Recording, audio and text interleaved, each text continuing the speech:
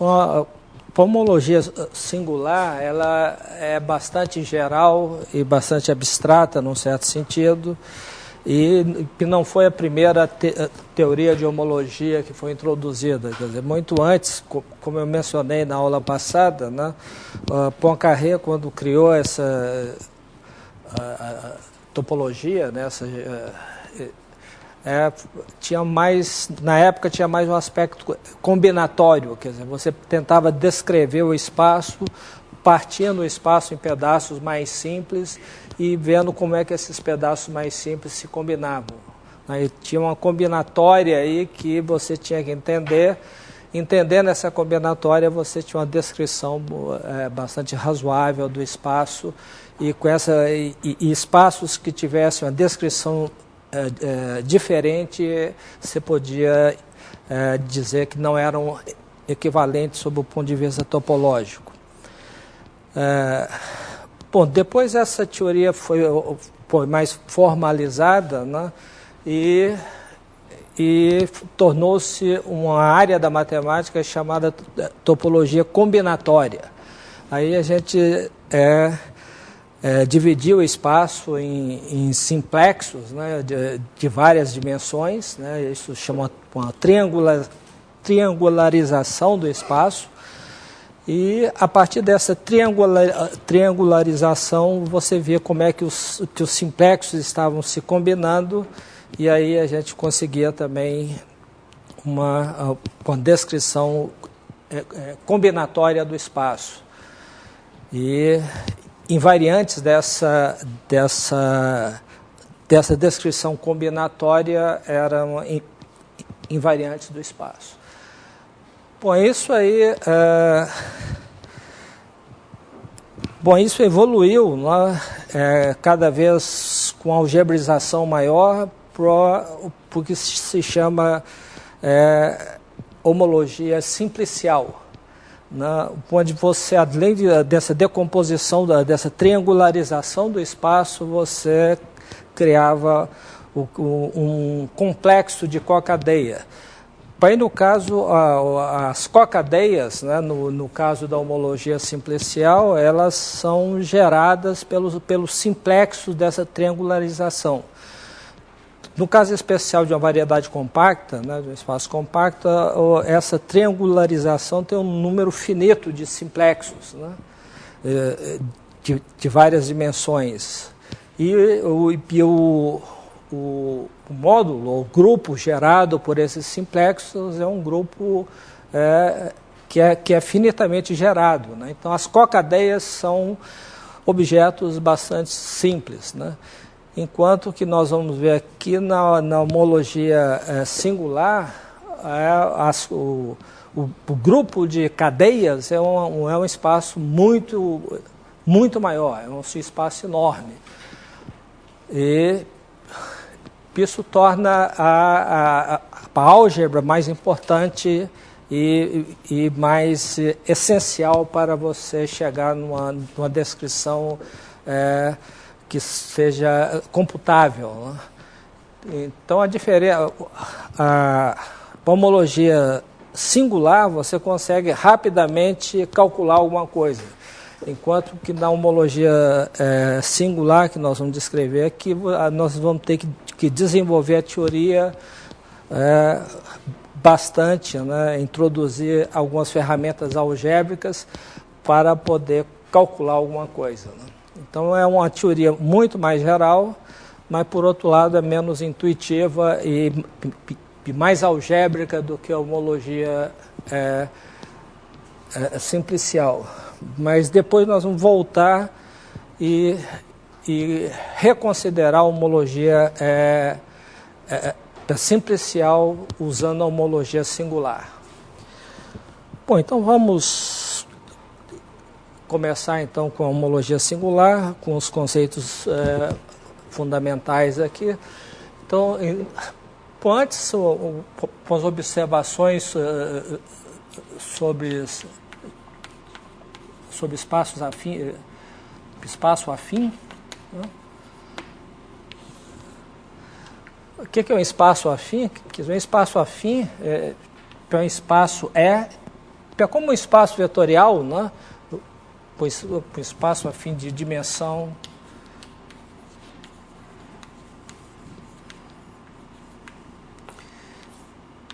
um espaço afim de dimensão n, né? Isso é um espaço né? Um espaço com uma ação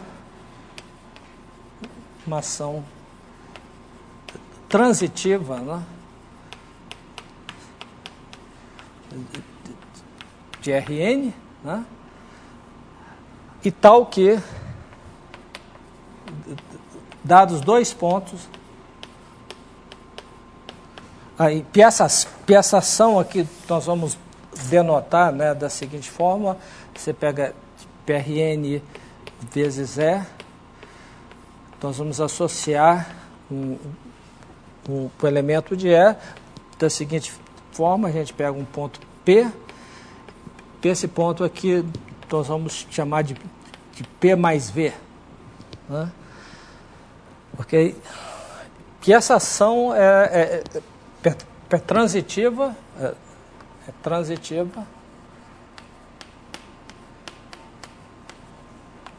Isso significa que dados P e Q, existe um vetor do Rn tal que P menos Q igual a V, né? P igual a Q mais V, e a outra propriedade dessa ação aqui é que V é único. Ok? Então dado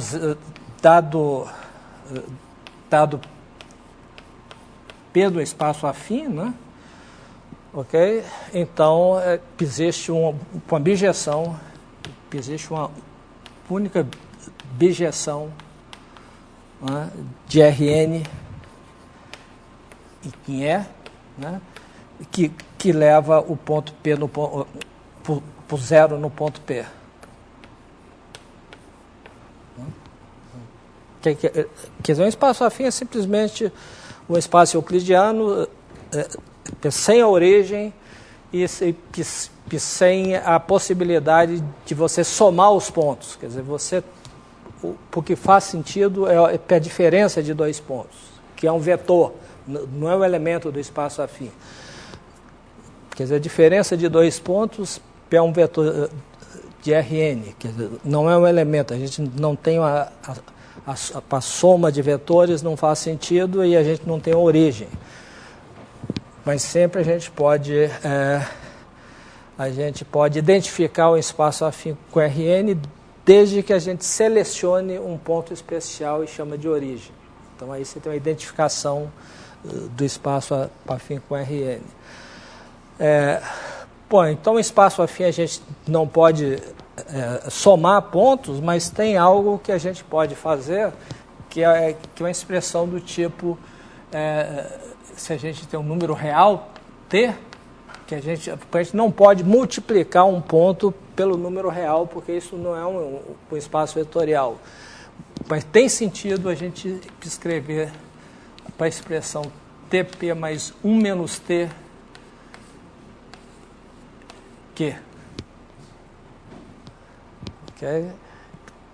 Isso aqui, dado um número real e dado dois pontos no espaço afim, tá? Então isso aqui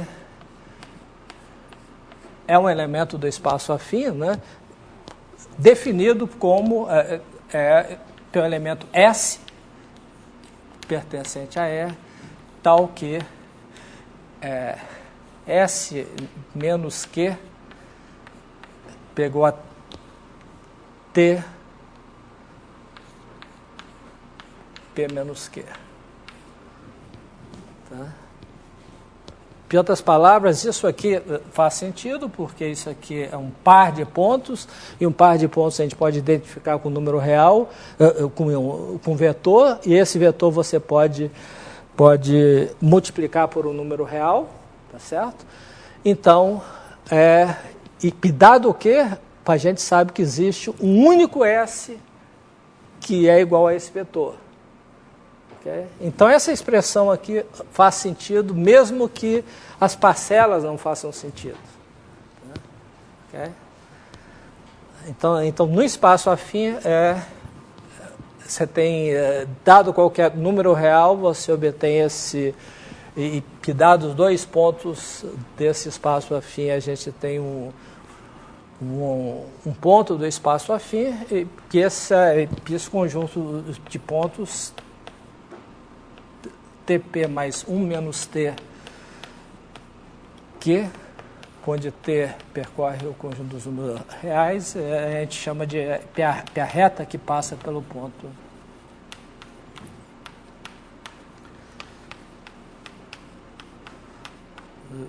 Pelos pontos P e Q. Okay? E, em particular, quando a gente toma o take entre 0 e 1, né?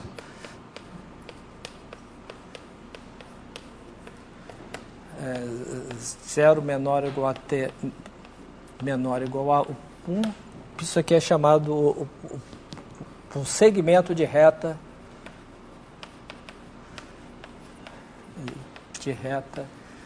entre os pontos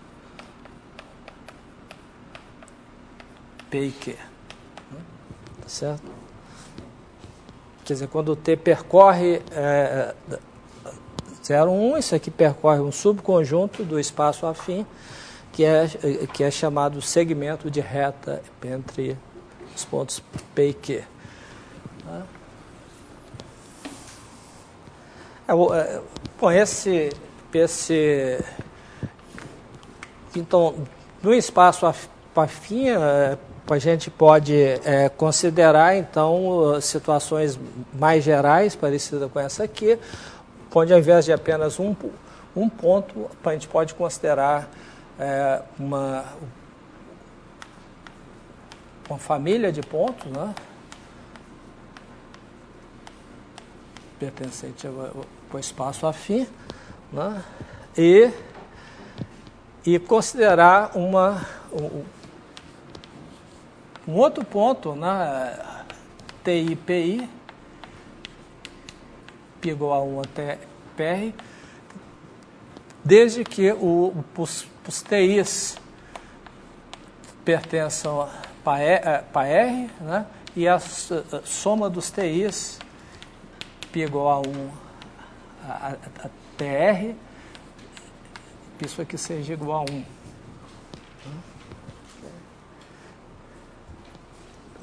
Tá certo?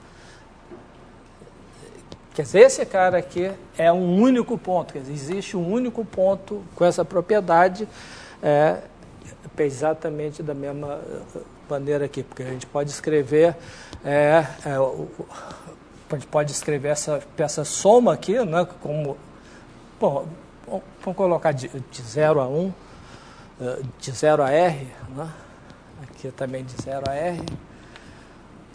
Então, a gente pode escrever isso aí como o quê? Como é que a gente faz isso aí? Essa soma aqui, a gente PS menos P0, né, é igual a soma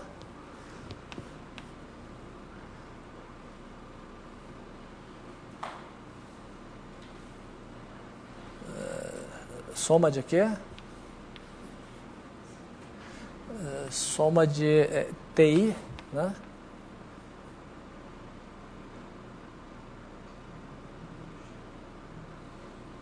Agora eu quero I igual a 1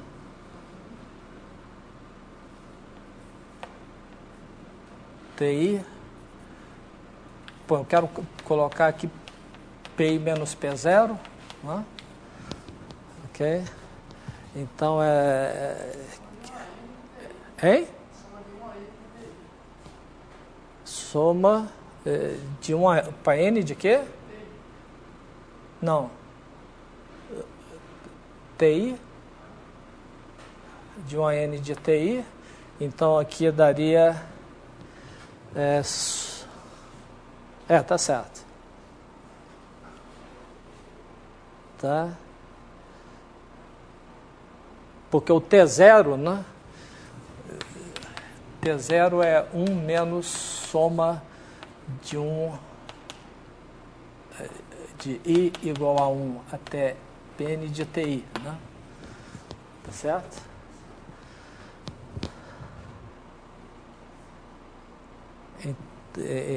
Então, está exatamente aqui o soma de I igual a 1 a TI de menos TI de P0 mais 1 P0 dá exatamente T0 PI, né? Okay? Então, existe um único S, né, tal que essa diferença é igual a soma dessa soma aqui de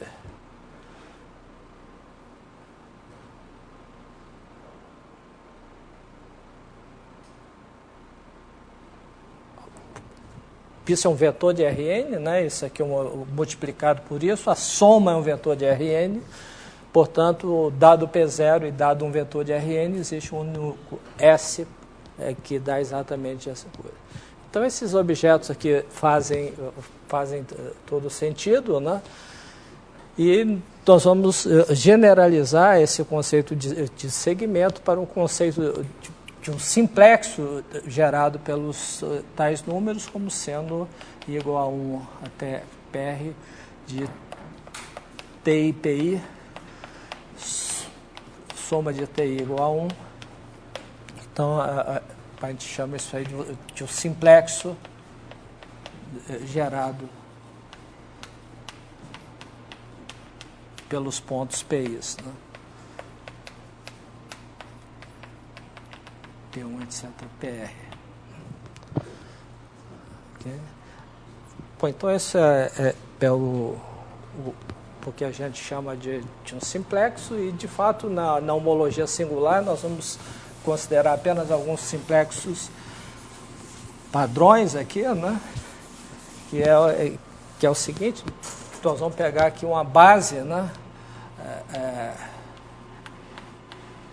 P0 é 1, é 2, etc., com a base de R infinito, né? Onde o é 0, né? Para o vetor 1, 0, 0, etc. O é 1, teu vetor de R infinito de coordenada 0, 1, 0, etc. E assim por diante, né? O é 2 pegou a 0, 0, 1, 0, etc. Então, para cada N aqui, o E0 é 1, E2 é N, é uma base de Rn, né? Contido em R infinito, quer dizer, são os pontos cujas coordenadas depois de N são todas nulas, né? Então, nós vamos considerar todos esses vetores e vamos considerar o simplexo de dimensão 0 é simplesmente o E0, né? O simplexo de padrão de dimensão 1 pelo segmento entre E0 e E1, né? T é 0 mais 1 menos T é 1, né? Com 0 menor ou igual que T menor ou igual que 1. Né? Que no caso aqui a gente tem P0 é 1, aqui o simplexo é exatamente esse segmento aqui, né? Na definição de simplexo, você tem então que os TIs têm que ser não negativos. Os simplexos TIs não negativos, a soma de TIs TI maior ou igual que 0, tá certo? Para aqui também, né? exatamente a mesma coisa. Ok? E assim por diante, né? O simplexo de dimensão 2, aí a gente tem que olhar em R3, aí pega esse simplexo em R3, que é a combinação convexa, né, desses três pontos aqui. Quer dizer, o delta 2, então, pegou a T0, T1, T2, né, tais que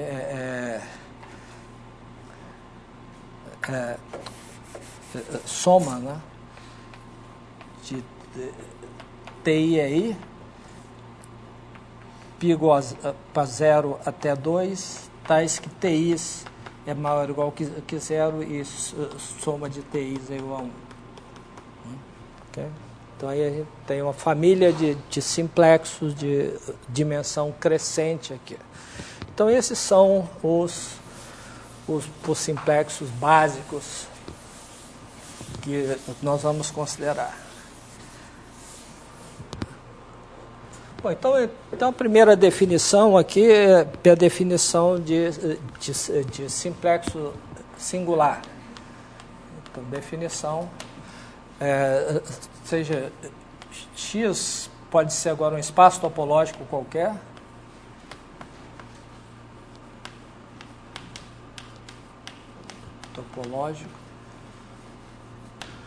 e então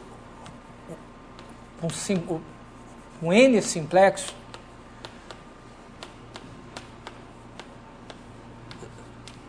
singular em X, né, é simplesmente uma aplicação contínua para uma aplicação contínua sigma de delta N em X. Okay? Tomamos qualquer transformação contínua do simplexo de dimensão N em X. Ok? Bom, então agora nós vamos considerar todos os simplexos singulares em X. Né? E a partir desse simplexo singular nós vamos considerar o módulo livre, né? Então, definição PSN, né, de X, né? Isso aqui vamos considerar um anel primeiro, né? Então, A vai ser um anel comutativo.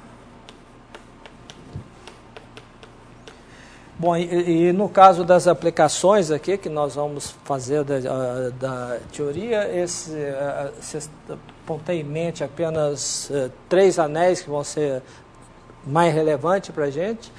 Um é o anel dos inteiros, o outro anel vai ser o anel dos inteiros módulo 2, né? Quer dizer, o anel com apenas 2 elementos, né? 0 e 1. E o outro anel que vai ser importante é o anel dos reais, né? Okay?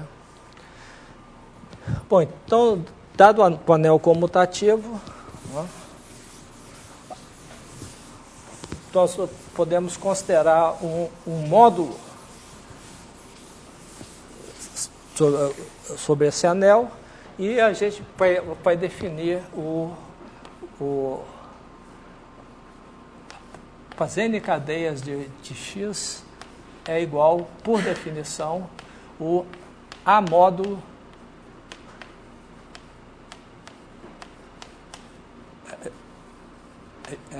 gerado por todos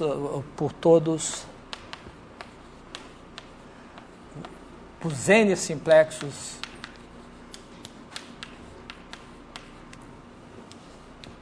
singulares.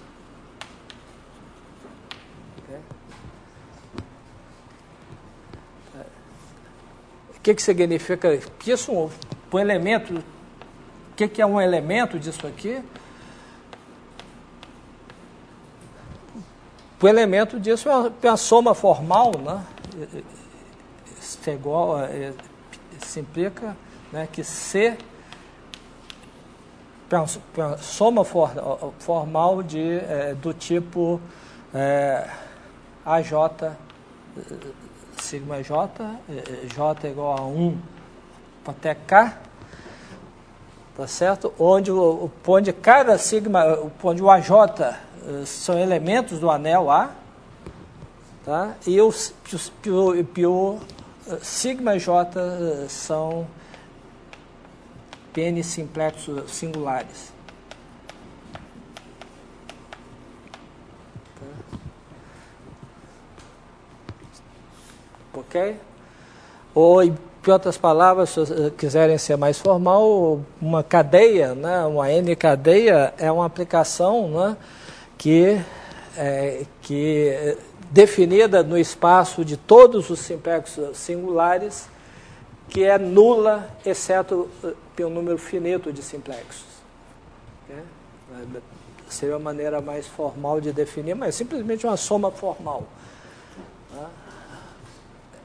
Onde a gente identifica, quer dizer, duas cadeias são iguais, somente se os coeficientes correspondentes aos simplexos, aos mesmos simplexos, são iguais. Né? E aí a gente pode somar, né, duas cadeias simplesmente somando os coeficientes. Okay? Tá certo? Isso aqui é um módulo sobre o anel, porque a gente pode multiplicar uma cadeia por um anel, por um elemento de A, né, simplesmente multiplicando cada coeficiente. Okay.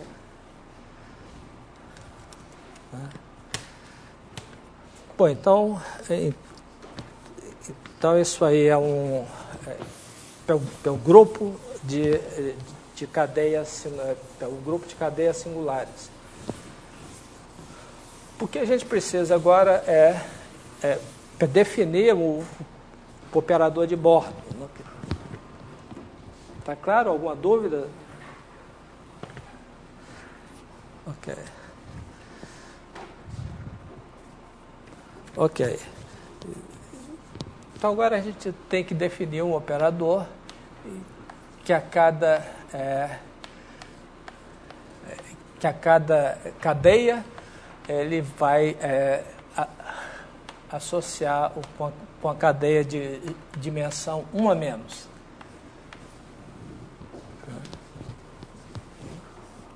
Bom, esse operador aqui tem que ser um homomorfismo de módulo, né? Então, para isso, se a gente pega uma cadeia que é da forma pi sigma aí, né? Pi igual a 1 até K, né? Se a gente quer que isso aí seja um homomorfismo de módulo, né? Isso aqui tem que ser igual por definição, né? Essa é a definição do delta, né? A condição de ser homomorfismo, que isso aí é igual a pi, fez o bordo de sigma aí. Né?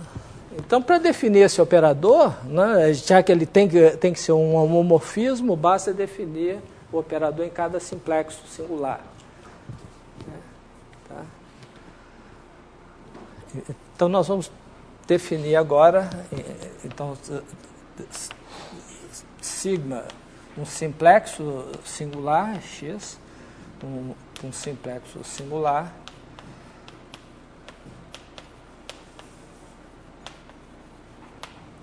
tá? Então, nós vamos definir o bordo de sigma.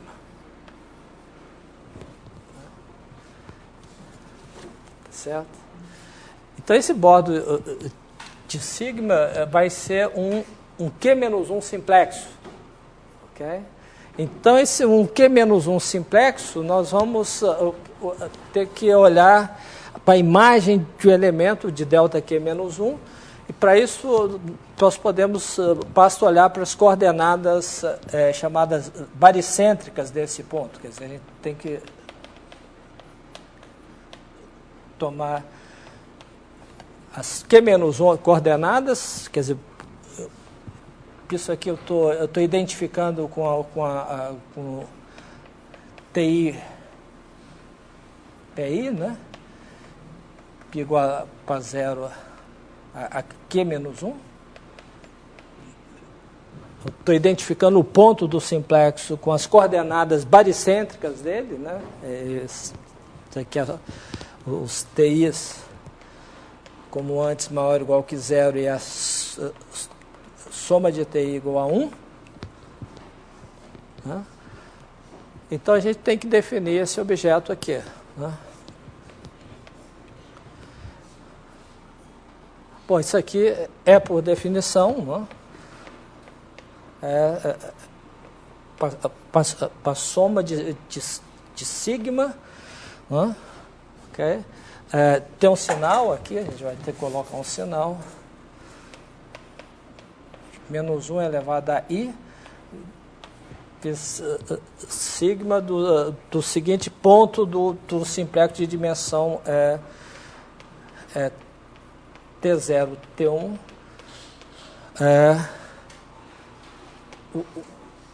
O TI está fora aqui e TI mais 1, etc. Não, como é que é? Tem que pôr 0 aqui. Né? T1, TI menos 1, 0 TI, TI, TQ menos 1. Né?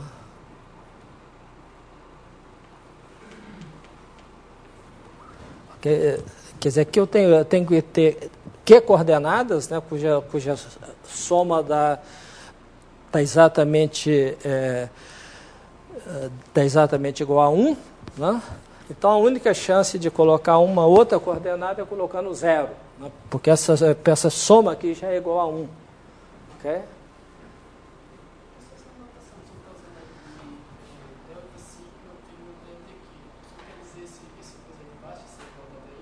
Qual? Não, porque essa igualdade é que eu estou... pois isso aqui é um ponto, né? Que ponto é esse? É esse ponto. Mas isso no X. Isso, não, isso no X, hein? Isso quer dizer a imagem... Não, esse ponto, isso que está entre parênteses aqui é esse ponto no simplexo. Dentro do simplexo. Então a imagem dele é um ponto em X. Ok? Tá? Então, o d sigma disso aqui é um ponto em X. Tá? Não, espera aí, como é que é?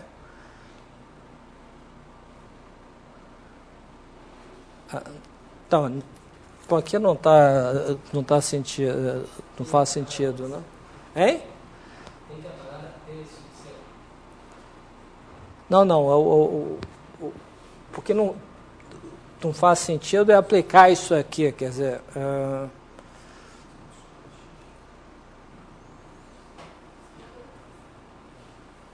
Não,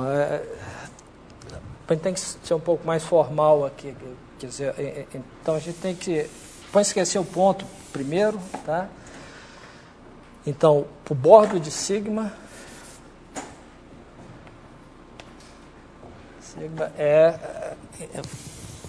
vamos chamar esse cara aqui de D sigma, ok? Tal que D sigma,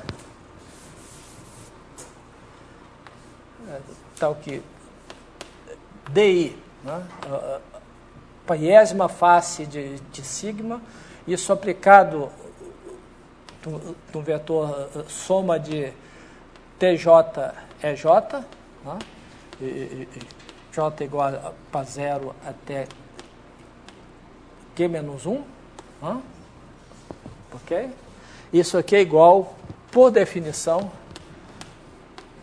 para sigma, bom, agora é um ponto de x, tá certo?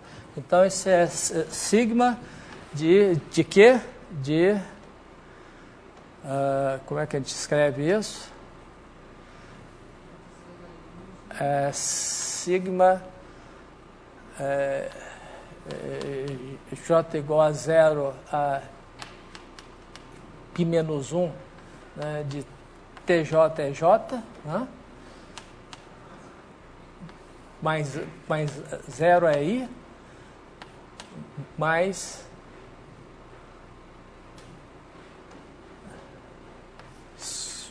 soma J igual a I,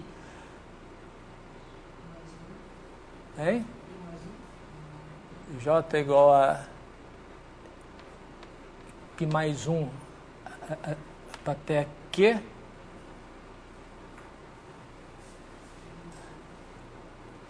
até Q o quê? Q menos 1, né?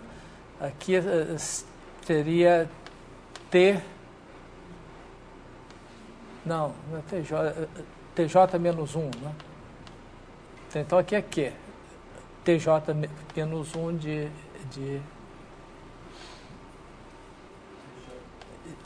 EJ. O EI já está aqui, né? Aí começa com EI mais 1 até aí em diante. Hein? Porque a gente quer o seguinte, a gente tem um simplexo aqui, digamos, você tem mais 0, P1 é 2, né? Ok? Então, a gente quer olhar a face oposta a um vértice, né? Ok? Então, para a face oposta a um vértice, tem uma combinação linear dos outros vértices. Onde esse vértice está sendo omitido. Okay? Quer dizer, em outras palavras, a gente tem um simplexo. Vamos chamar o delta. Aliás, vamos usar a seguinte notação: quer dizer, o delta N pelo simplexo gerado pelos vetores P1, etc., é N. Tá certo? Ok?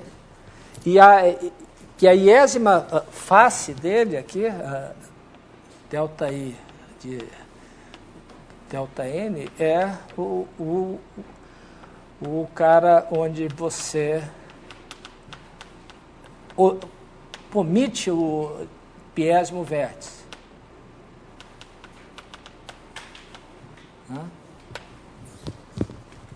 Tá certo? Então, se você tem a 0 aqui, então a face correspondente é gerado pelos vetores E1 e E2. Então, para a face 1, é gerado pelos vetores E0 e E2. E a face 2 é gerado pelos vetores E0 e E1. Ok? Então, o elemento X daqui, né, ele é a soma de TI e I, né, I igual a 1 para 0 até N. O elemento daqui, né, é a mesma coisa, mas só que o cara que tem o índice aí tem que ser 0. Né, ok? Então, isso é que a gente está dizendo aqui. A iésima face é essencialmente a restrição de sigma à iésima face desse simplexo delta Q. Quer dizer, então, essa operação aqui é o bordo de sigma é uma soma, né, de simplexos de dimensão 1 a menos, simplexos singulares, onde cada um deles aqui, né, é a restrição do sigma à iésima face do simplexo padrão. Okay? Tá? Quer dizer, aquilo que eu tinha escrito antes não fazia sentido, porque você não pode somar pontos em X. Né? X é um espaço topológico. Quer dizer, o que a gente tem que considerar é a soma formal desses simplexos singulares de dimensão 1 a menos. onde cada um desses simplexos aqui é a restrição do sigma a paiésima face. Ok? Quer dizer, então essa aí é a definição de... Tá claro isso aí ou não?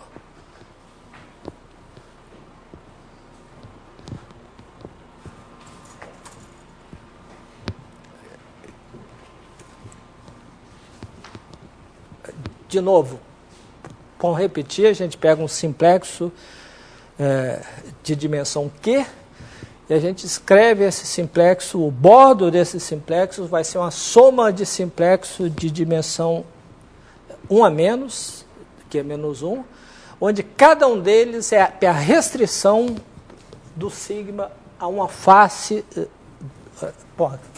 Aqui a gente está falando em delta Q, né? Então esse aqui vai ter vale Q, isso aqui também é Q. Pode a paiésima face ser definida dessa maneira aqui.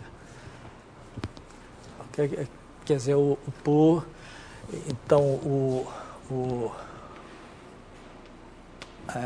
T de sigma, né, é simplesmente a restrição de sigma para a face, né, de delta Q. Composto com aplicação natural aqui, com essa aplicação aqui natural de delta Q na iésima face de Equa. Quer dizer, você tem uma aplicação, por delta Q, né, é gerado por P0 é Q, né, é Q menos 1, e aí você tem uma aplicação natural que vai nesse cara aqui no E0, como é que é? No E0...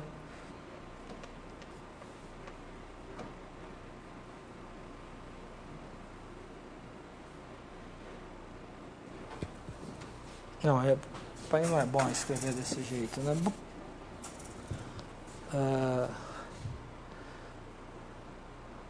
É a aplicação que leva esses caras nesses vértices aqui com o iésimo omitido, né? Bom, então isso aí é por definição, bordo de um simplexo. E o bordo de uma cadeia é simplesmente estender essa definição linearmente para cada uma para cada cadeia, né? Quer dizer, para usar essa fórmula aqui. Bom, e o que a gente tem que provar, né, é que isso aí satisfaz a equação fundamental, né, que é que o bordo do bordo é igual a zero.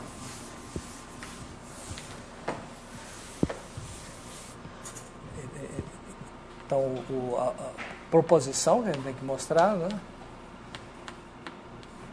é que se sigma é um Q simplexo,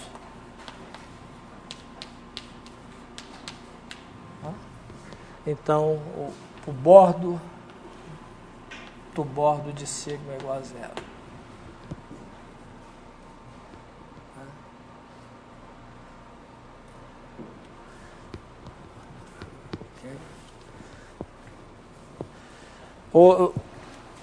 Mas isso aí é consequência do seguinte lema, né? Isso é a consequência do seguinte lema. Se a gente pega, se o J é menor que I, né? Então a gente tem para a seguinte identidade. Se a gente pega o iésimo bordo, né, do simplexo, de um simplexo sigma, e depois a gente pega o jésimo bordo dessa cadeia, quer dizer, isso aqui é uma cadeia, né?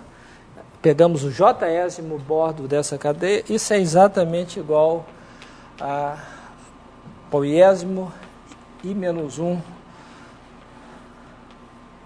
vezes DJ.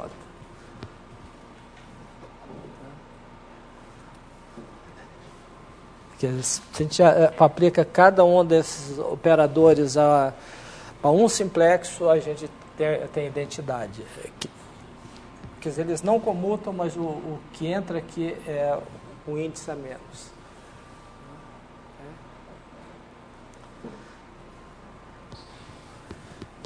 Isso é para que dá o cancelamento por causa desse sinal aqui. Entendeu? Então, isso aqui é o que vai causar, como sinais correspondentes vão ser diferentes aqui, né? Porque você tem que somar I e J aqui você tem o sinal I mais J, menos 1 elevado a I mais J é diferente, é menos 1 elevado a I mais J menos 1, você tem um cancelamento que implica que a cadeia aqui vai ser zero. Ok? Por que isso? Porque Bom, a gente tem que ver o que é...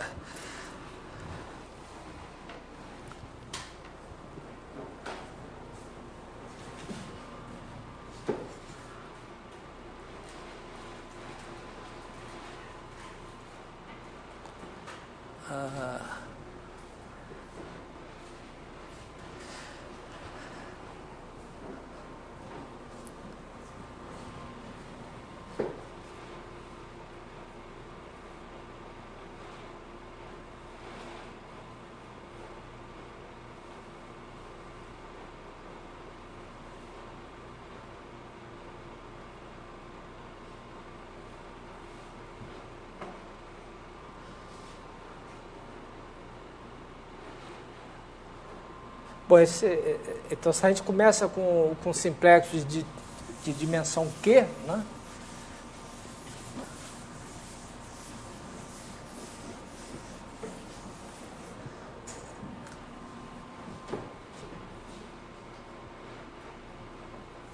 Como é que a gente vê isso? A gente vê isso da seguinte forma. Bom, vamos calcular cada um desses fatores aí, né? Dos dois membros, né? Então, para a primeira coisa, a gente vai pegar com as coordenadas T, Q-2, né? Ok. Primeiro a gente vai...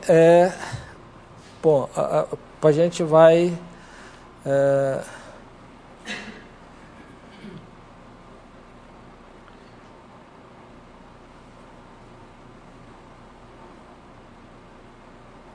como é que é?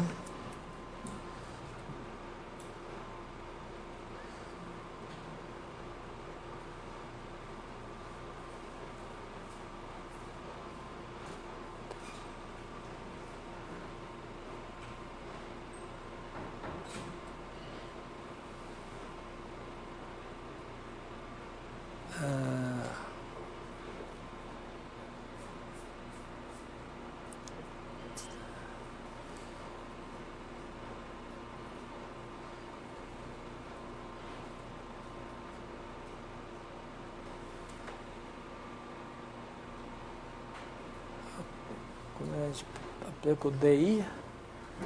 A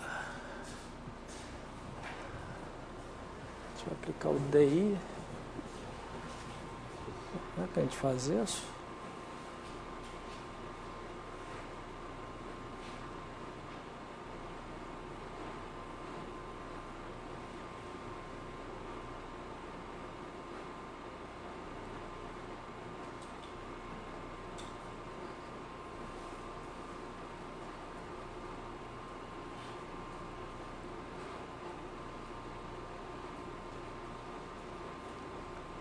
DI de...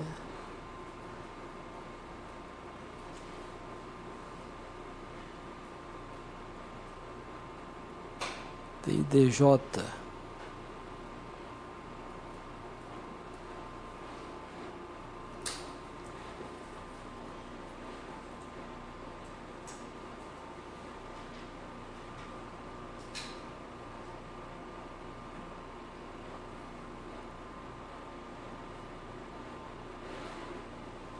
que a gente aplica primeiro aqui?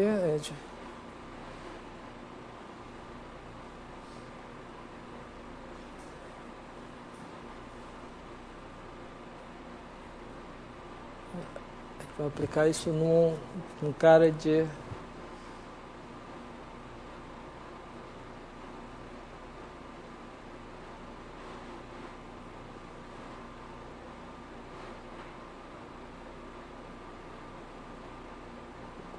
O J é menor que o I.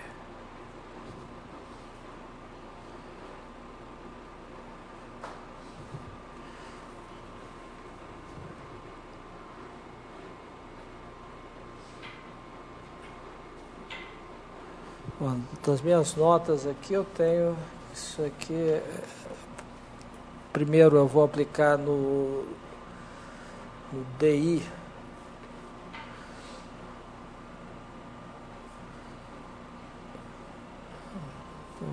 Como é que é?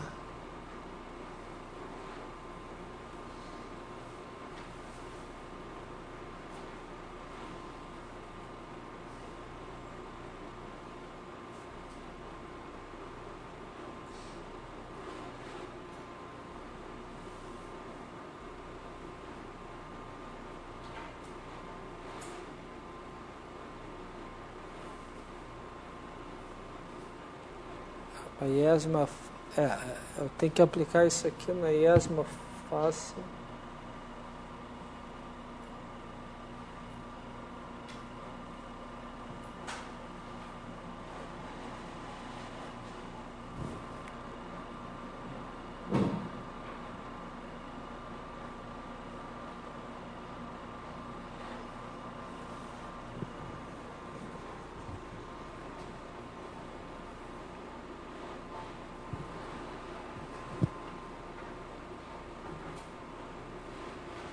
Qual a anotação que eu tinha usado aí?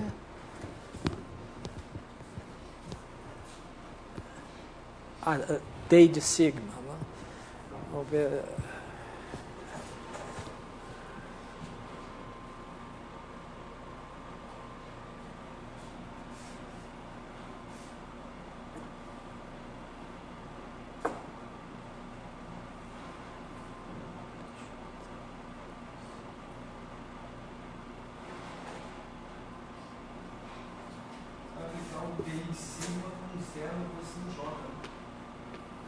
Eu vou aplicar o primeiro D sigma, hein? Eu vou aplicar o D sigma aqui no... exatamente. Eu vou pegar aqui o T0, TJ menos 1, né? 0, né? Aqui, TJ, etc., TQ menos 2, né? Ok? Agora eu vou aplicar o D sigma, né? Nesse cara aqui. Né? Então, eu vou aplicar o sigma, né? Isso é igual, por definição do D sigma, é o sigma aplicado no cara que eu vou ter que colocar agora o zero na posição I. Né? Então, quanto é que é isso aqui? Bom, qual que é a posição I desse cara aqui? Hein? Não, peraí. Vamos fazer as contas aqui. TJ menos 1, 0, TJ. Então, qual é a posição que vai aparecer o zero aí? O zero tem que aparecer na posição I desse cara aqui. Tá? Então é I mais 1, tá certo? Então vai aparecer a posição TI, né? 0, TI mais 1. Tá certo? Porque está escrito... Não, peraí.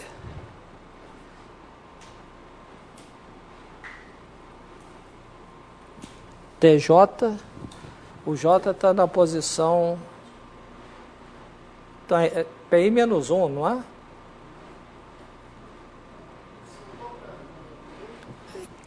Quer dizer, eu tenho que colocar o zero na posição I aqui. TI menos 1, não é isso? TI menos 1. Hein?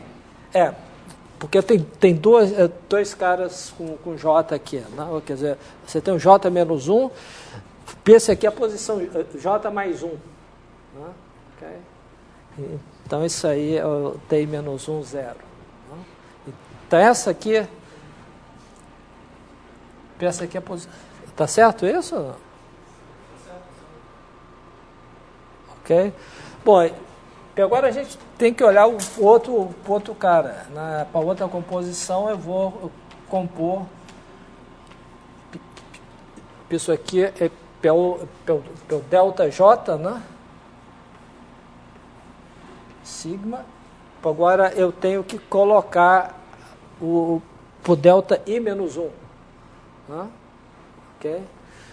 Por delta I menos 1, eu tenho que colocar por 0 em que posição?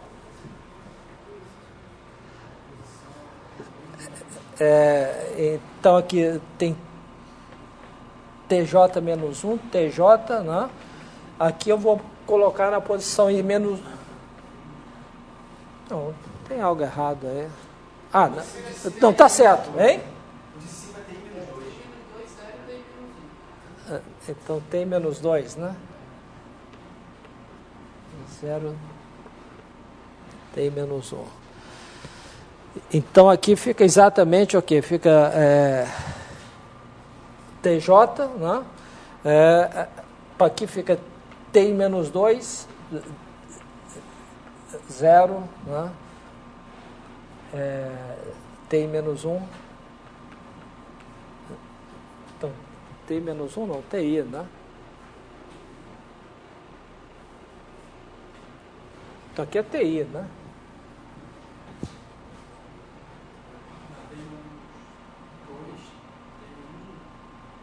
Não, nessa posição coloquei 0, né? Então o seguinte é TI. O seguinte é TI menos 1, tem que continuar contando com o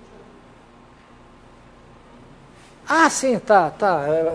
Porque aqui é TI menos 1 e aqui é TQ menos 2, né? Quer dizer, eu ponho 2 zeros, aí dá exatamente Q. E aqui é a mesma coisa, né? T0, TJ, TI menos 2, TI menos 1, etc, TQ menos 2. Tá? E agora, quando eu colocar o J, como o J está para cá, eu não altero a posição lá e me dá exatamente o que tinha aqui. Tá certo? Porque essa alteração que eu fiz já está para frente. Então, quando eu colocar o J, aqui vai dar exatamente o 0 na J-ésima posição. Né? Então, isso aqui da sigma de T0, TJ menos 1, 0, etc. Ok? Então, a gente tem esse cancelamento, né, das faces, porque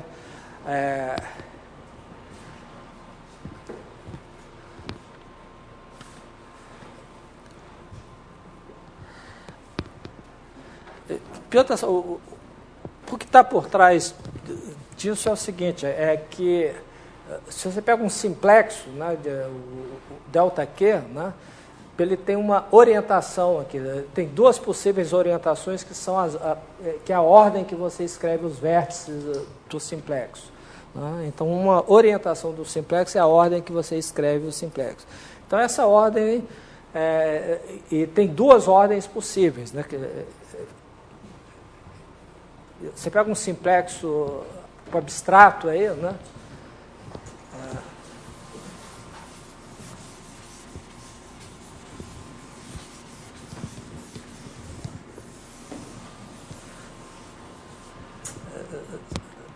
Você pega um espectro, ou um simplexo gerado por R mais 1 pontos, né? Então esse simplexo, se a gente considera a orientação dele, ele é igual a menos 1 elevado ao sinal de tal, vamos chamar de tal uma permutação, de se a gente trocar para as ordens dos pontos, tal 1, etc., que de tal R. Onde tal é uma permutação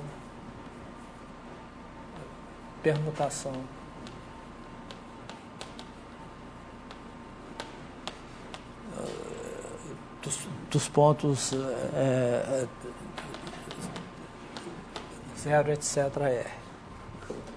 Tá certo? Quer dizer, então tem duas orientações possíveis, né? Quando a gente troca dois elementos, a gente troca a orientação desses. Né? Tá ok?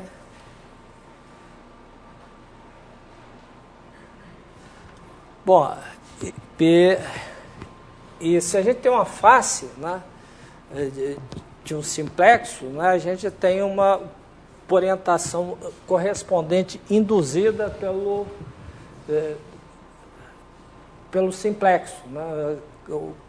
Por simplexo de dimensão Q, ele induz uma orientação, né, em cada uma das faces do simplexo de dimensão dimensão 1 a menos. Né? E cada face de dimensão 1 a menos induz uma orientação na face de dimensão 2 a menos. Tá certo? Mas cada face de dimensão 2 a menos, ela é a face de dois simplexos de dimensão 1 a menos.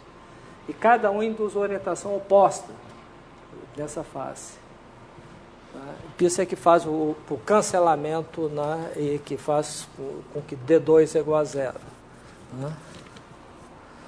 Ok?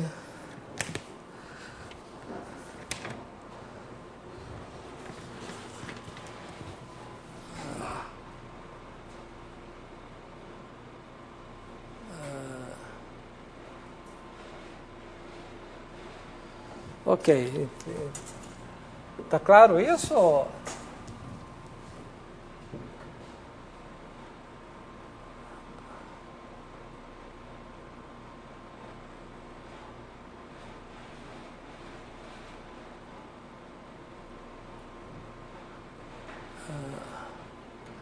Como é que a gente pode dizer isso em outras palavras?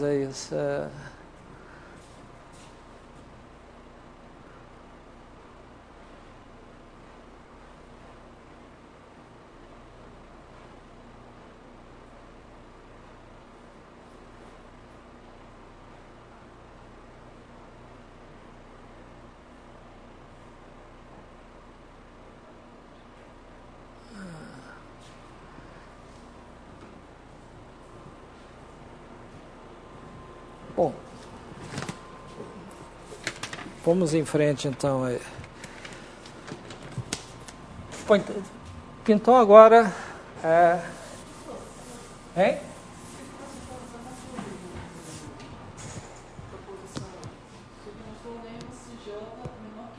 Ah. Eu posso dividir em três casos: J menor que I, J menor que I e J igual a I. O J menor que I, o J menor que I, eles se cancelam. Se cancelam. O J igual a I. Hein? Então, o J igual a I, eu não... como J igual a I?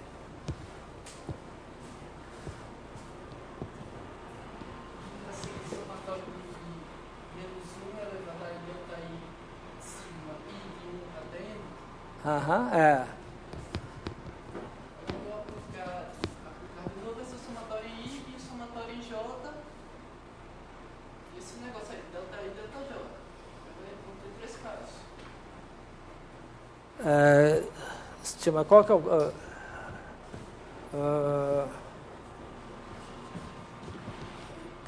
o que é o delta I, delta I? Delta de delta sigma vai ser o somatório em I, somatório em J. E menos 1 elevado a I mais J, delta I, delta J. De sigma. Aí eu posso ter em três casos, como eu falei. I menor que J e I igual a J. Provavelmente I menor que J se cancela com I maior que J. Sobra I igual a J.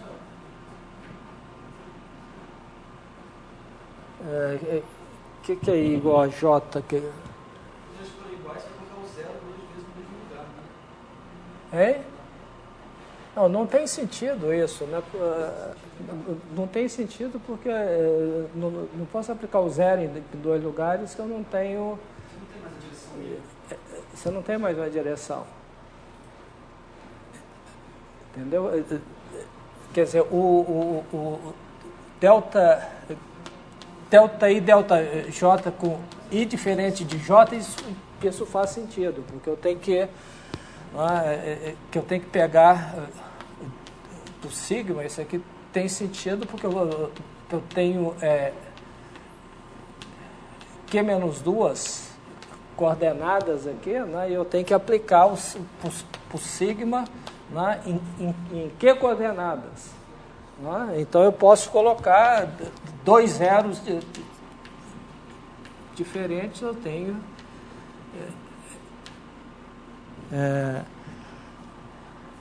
TQ menos 2 aqui. Né? Com dois zeros eu tenho exatamente Q coordenadas.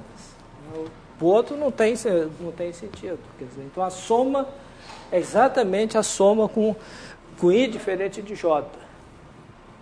Ok? Está claro ou não? Porque para aplicar o sigma aqui eu preciso exatamente de Q coordenadas. E como é que eu fabrico Q coordenadas com Q menos 2 coordenadas? Tem que colocar dois zeros distintos. Então essa soma se cancela e... Bom,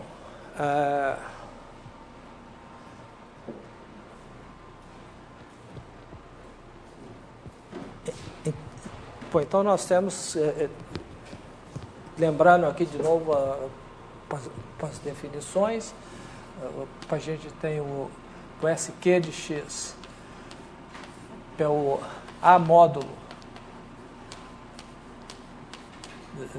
gerado pelos Q simplexos singulares,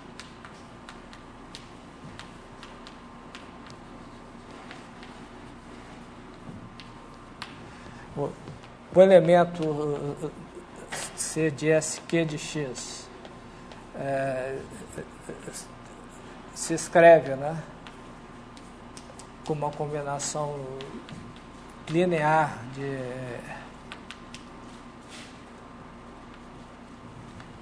onde os AIs estão em A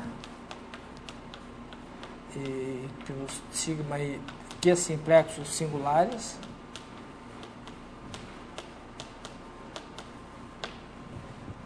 E a soma é finita sempre. Né? Ok?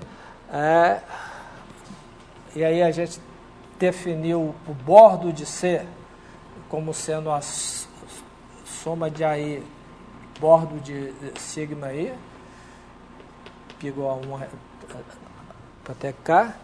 E se a gente tem um simplexo sigma de delta Q em X, né?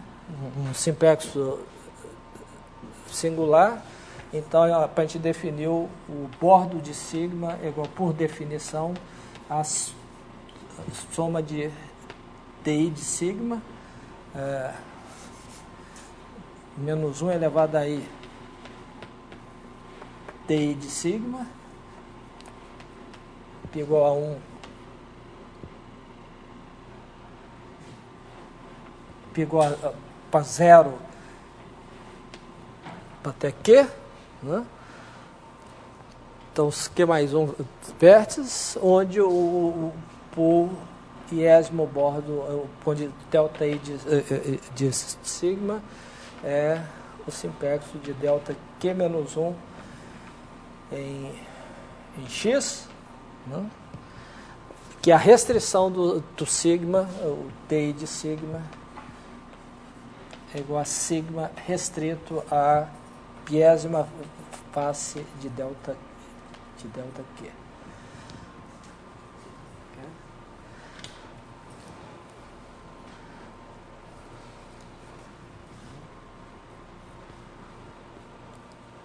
Bom, e essa conta diz que D composto com D é igual a zero. Portanto, a gente tem um complexo de cadeias singulares. Tá?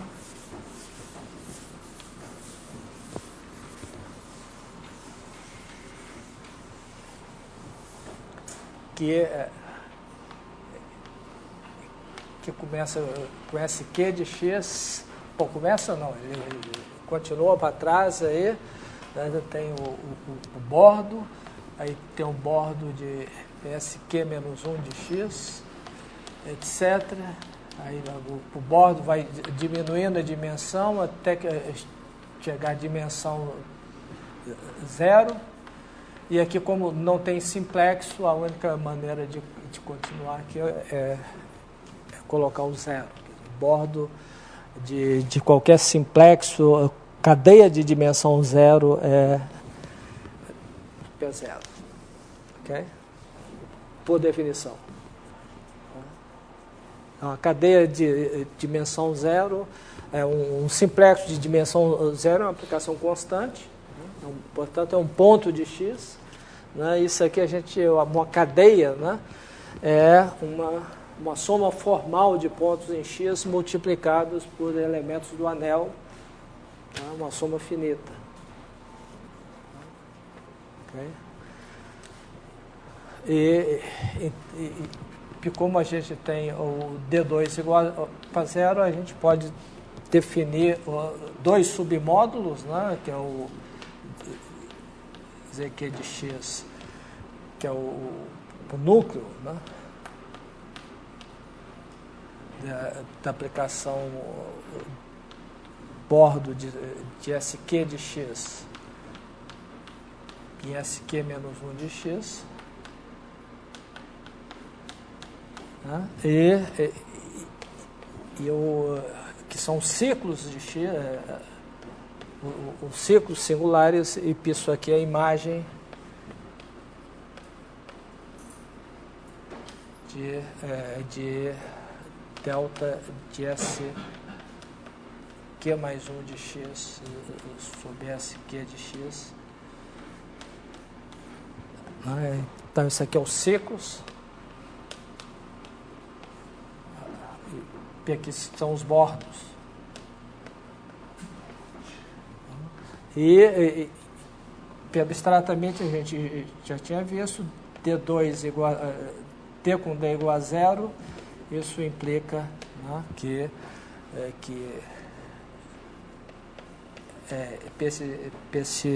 esse módulo contém o outro. E finalmente, a homologia singular é obtida como o módulo quociente. Então, o módulo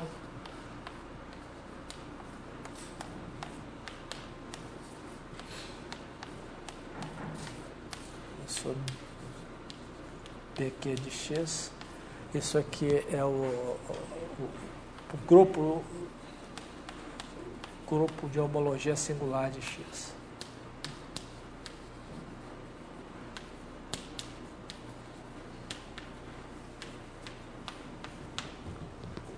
Ok?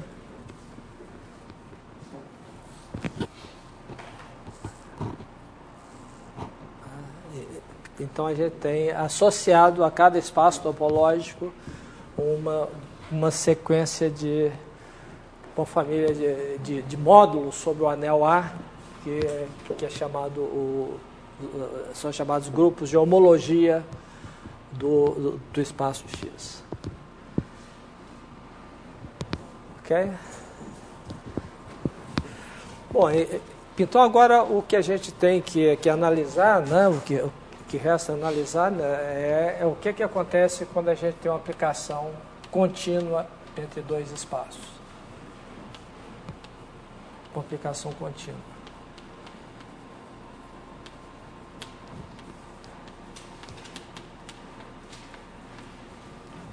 Okay. Ora, se a gente tem uma aplicação contínua entre x e y, né, se a gente tem um simplexo singular aqui, né, que é uma aplicação contínua do simplexo padrão em X, né, simplesmente compondo com S, sigma, um Q simplexo de X,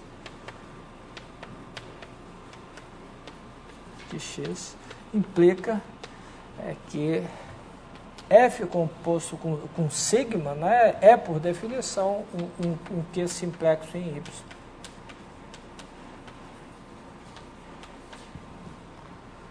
Okay.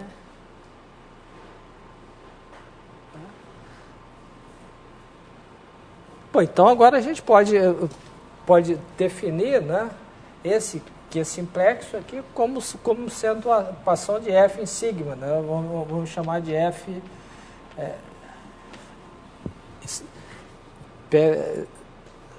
PF sustenido de sigma. Por definição é simplesmente F composto com sigma. Tá? Então agora a gente pode estender por linearidade essa aplicação. Né? Então agora a gente tem o... Estende por linearidade, a gente pode definir uma aplicação induzida nos grupos de cadeias. Então F estrela de SQ de X em SQ de Y é definida como F sustenido de uma cadeia, né, que é sigma de AI, sigma I. Isso é igual, por definição, soma de AI PF de sigma I, onde cada um desses é simplesmente a composta com C de F com C. Okay? Então isso aqui é um homomorfismo de módulo.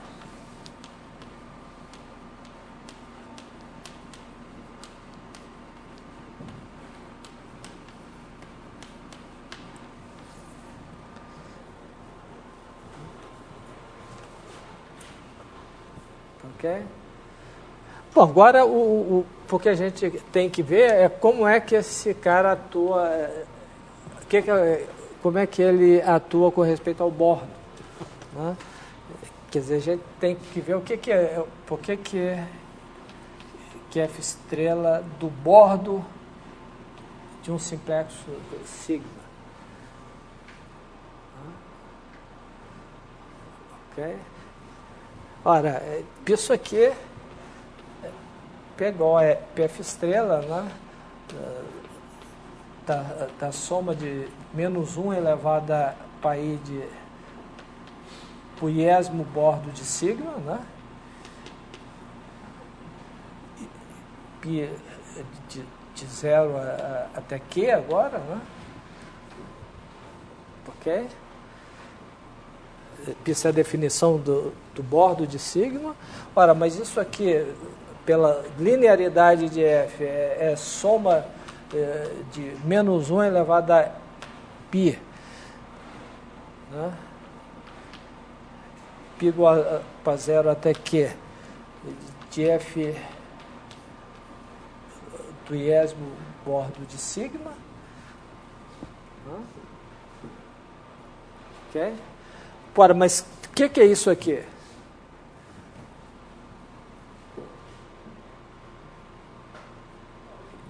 Isso é exatamente, né?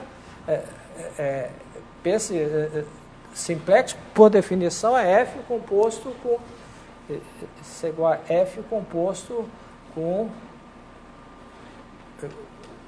esse simplexo aqui. Tá?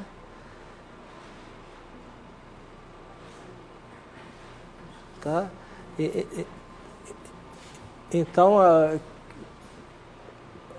que eu quero...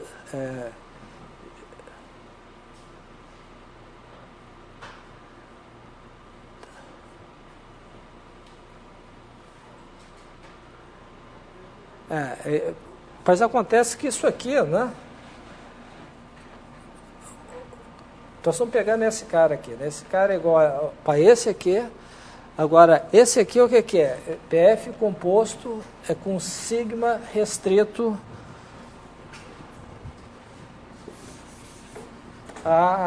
ao que a gente chamou de delta I de delta Q, né? Porque a restrição de sigma à coisa, né? Tá certo? Que é exatamente esse DI de sigma, a gente definiu como a restrição de sigma para o delta I de Q. Ora, mas isso aqui é a mesma coisa de F composto com sigma restrito ao delta I de Q, de delta Q. Tá?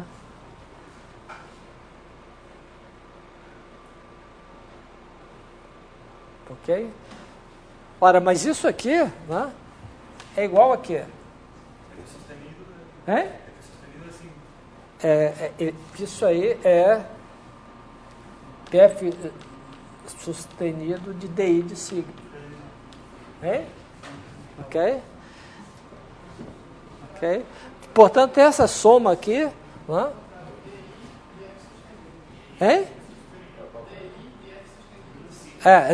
DI de F sustenido de DI de F sustenido de sigma. Tá? Porque isso aqui é exatamente F sustenido de sigma, você está restringindo para DI. Tá? E, portanto, isso aqui é DI. Assim, né? Portanto, isso aqui, né, usando essas igualdade toda, isso aqui é soma igual para zero até Q de menos 1 elevado a I, quer dizer, isso aqui implica que isso aqui é igual a soma de menos 1 elevado a I de TI de F estrela de sigma. Que isso, por definição, é igual ao bordo de F sustenido de sigma. Portanto, a gente concluiu que esse operador aqui, que esse homomorfismo de modos comuta com delta. Okay? Em outras palavras, a gente tem esses dois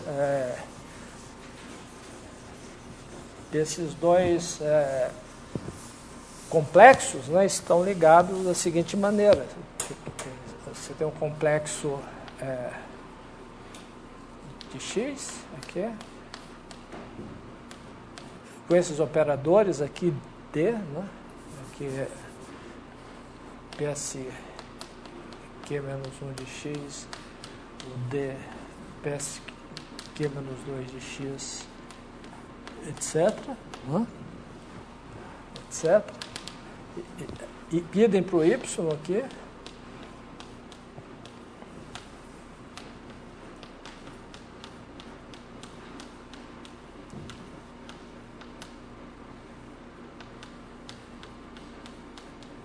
E aqui a gente tem os operadores, os coisas induzidos por F. E o que a gente viu é que esses diagramas todos comutam. Okay? Tá? Ora, então F sustenido D igual a DF sustenido implica que F sustenido de Q de X, né, é igual, está contido, né, em dos ciclos de Y, né, okay? PF sustenido do bordo de X, né, isso está contido do bordo de Y. Tá certo? Ok? Porque se você tem um cara que anula, né, o D de Z igual a zero, né, então a imagem dele, o D da imagem também é zero, porque o F leva o zero no zero. Né, e vice-versa. Né, se o cara é a imagem de alguém, né, então a imagem dele, se ele é a imagem de alguém aqui, a imagem dele também é a imagem de alguém aí do... Ok? E, portanto, a gente tem uma aplicação induzida nos grupos de cohomologia. Então, isso passa ao quociente, né? Logo, existe uma aplicação F do grupo de cohomologia de X,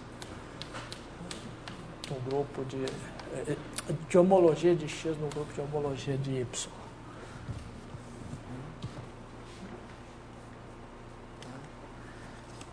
Que pega uma classe de homologia, né? Tá certo? Porque se qualquer cadeia C pegou a ponta que cadeia mais o bordo de W, né? Então F estrela de C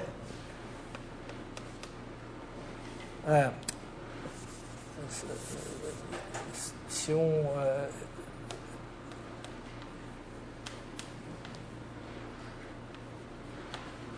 o bordo do W, então F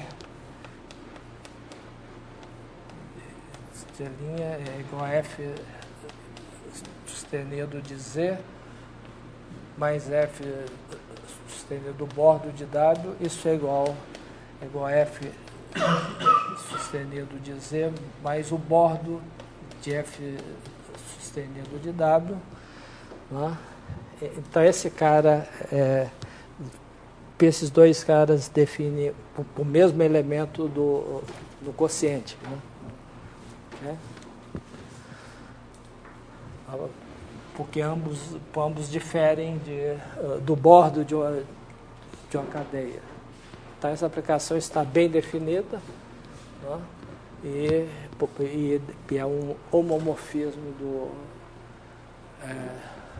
do grupo de cohomologia, de homologia. Né?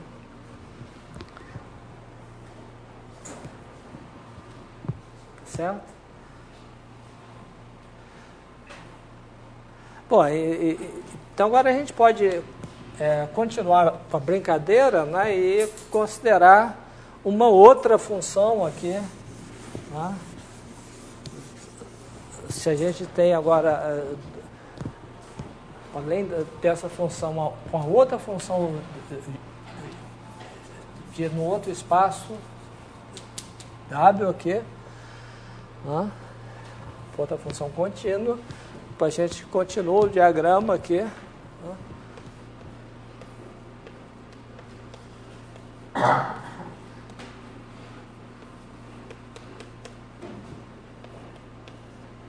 Etc.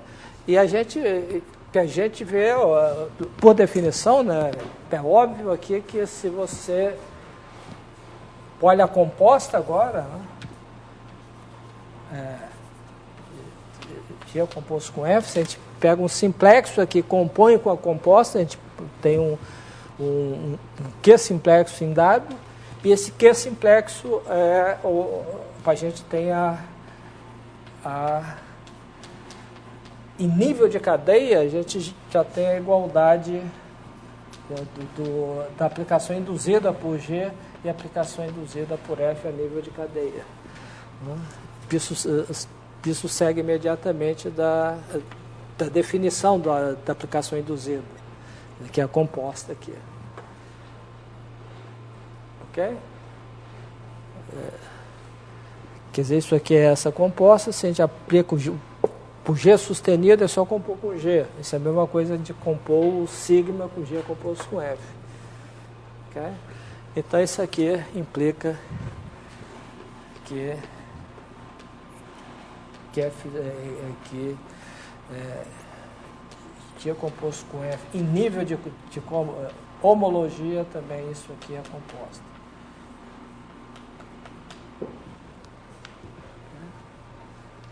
Tá.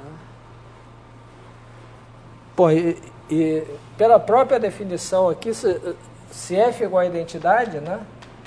Quer dizer, se X é igual a Y e F é identidade, né?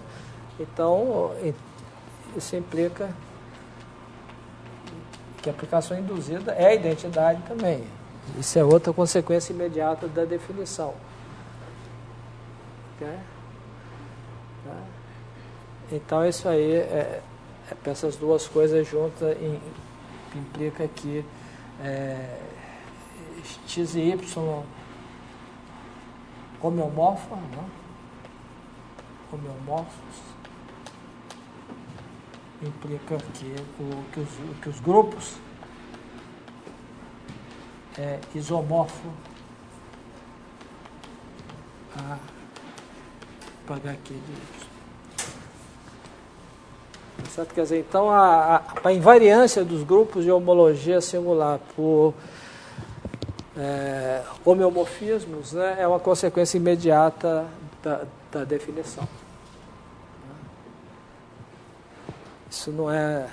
Então, na próxima aula, nós vamos provar, isso já é um pouco mais delicado, que duas aplicações homotópicas, se duas aplicações F e G agora, do mesmo espaço, são homotópicas, então as aplicações induzidas são iguais.